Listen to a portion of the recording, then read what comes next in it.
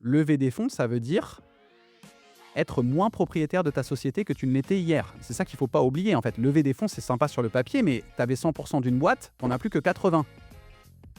Enfin, on fait la fête, mais en fait, tu as juste 20% de moins que ta boîte. En échange de ça, tu as beaucoup d'argent qui rentre dans ta société, mais il n'est pas à toi, cet argent. Il n'est pas à toi, la plupart du temps, hein. Et donc, ça ne se justifie que si tu as un plan très concret pour utiliser cet argent pour que demain, ta société soit beaucoup plus grande, plus grosse, plus valorisée qu'elle ne l'est aujourd'hui. Et auquel cas, il vaut mieux avoir 80% d'un truc qui est 10 fois plus gros que d'avoir 100% d'un truc qui est 10 fois plus petit. Ouais. Mais si tu n'as pas le exponentiel devant toi, théoriquement, tu n'es pas éligible à une levée de fonds.